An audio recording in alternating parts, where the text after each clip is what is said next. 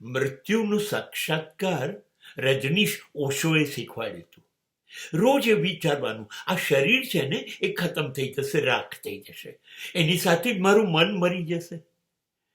તો હું શરીર નથી, હું મન નથી. હું જ્યારે બળતો હોઈશ કે હું દફન થતો હોઈશ ત્યારે મારા સગાઓ, મારા સંબંધીઓ મને જોયા કરતા હશે.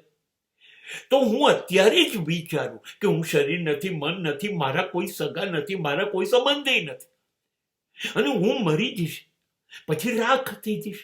તો શરીર જ જોડે નથી આવવાનું, તો સંપત્તિ, સત્તા, સમૃદ્ધિ આ બધું કેવી રીતે આવશે? એ મારું નથી. રોજ જો આવું અનુભવીએ કે હું તો ખાલી હાથે આવેલો, ખાલી હાથે જવાનો છું, હું તો રાખ છું, માટીમાં ભળી જવાનો છું, મારા સગાઓ નથી, સંબંધી નથી, સંપત્તિ નથી, શરીર નથી, મન નથી, અરે હું પણ ક્યાં મારો છું.